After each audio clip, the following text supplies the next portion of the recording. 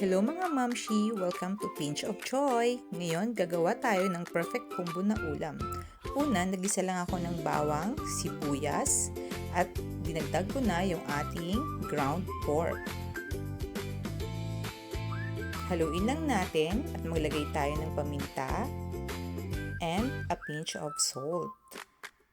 So, haluin lang natin siya hanggang sa maluto yung ating ground pork. Since dalawa yung ulam na lulutuin natin, nagtabi na ako ng kalahati and dun sa naiwan, nagdagdag ako ng 3 tasang tubig. Once kumulo na, pwede na nating ilagay yung ating sliced patola. Naglagay lang ako ng konting seasoning, salt, and ground black pepper. Pwede din natin idagdag yung ating miswa and antayin lang natin kumulo. And that's it.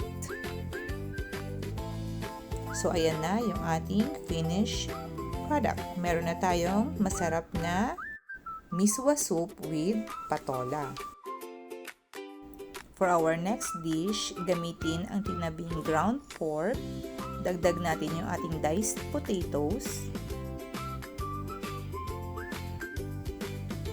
Igisa lang natin and magdagdag tayo ulit ng ground black pepper and salt, pampalasa. And that's it.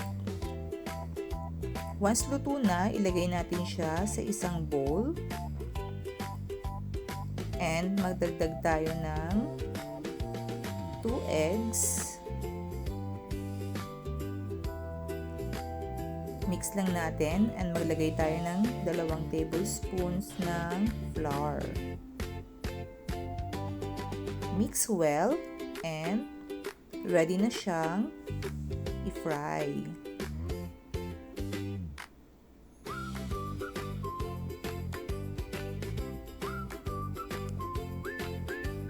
Ayan, flip lang natin siya once naluto na yung kabilang side.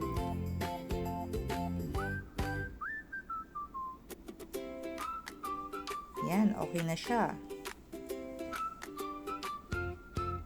Gawa tayo ng another batch.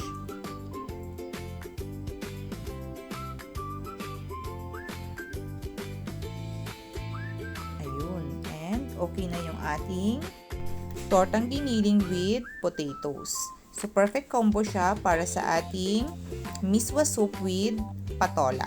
Ano sa tingin nyo? Bagay ba? Comment down below. Thanks for watching!